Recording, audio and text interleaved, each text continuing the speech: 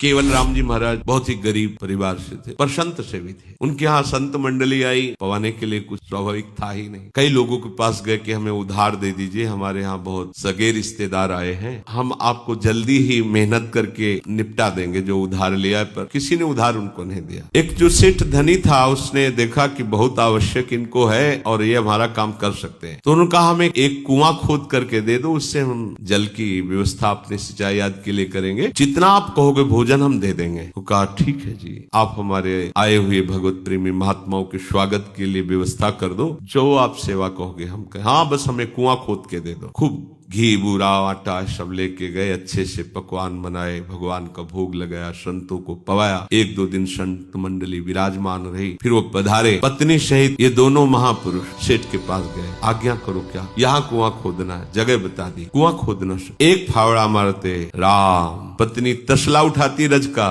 राम। बहुत गहरे गहरे पर जल मिलता था, तो कई हाथ खोदने के बाद बालू वाली मिट्टी आई, खुदाई। अब कोई दूसरा सहयोग देने वाला नहीं था। ऐसे रस्सी में बाल्टी आदि बांध कर नीचे फेंकती, उसमें रज भर देते, वो नाम कीर्तन करते हुए ऊपर घसीटती, वो नाम कीर्तन करते हुए नीचे खोदते। जब बालू के नीचे 10 हाथ खुदाई की, तो जो बालू का पिंड था वो कुएं का फट गया और अंदर रह गए, ऊपर से मिट्टी गिर गई। पत्नी रोई चिल्लाई, लोग एकत्रित हुए, पर उनका भाई इतना गहरा कुआं और नीचे दब गए, ऊपर से कितने हाथ मिट्टी जम गई, वो तो मर गए होंगे। बोले अब खोदना बेकार है, क्योंकि खोदने में भी तो समय लगेगा। वो पुराना समय था, ज्यादा और गरीब आदमी थे, कोई सहयोग देने के लिए। पत्नी को समझा बुझाकर सेठ ने कहा जब कोई आवश्यकता हो भोजन सामग्री ले लेना। पूर दिया गया कुआं, और वो नाम जापक महापुरुष। 1 महीने बाद वहां से राजा की सवारी निकली, तो आवाज आ रही थी राम राम राम। तो भक्त हृदय थे, उन्होंने कहा ये आवाज कहाँ से आ रही?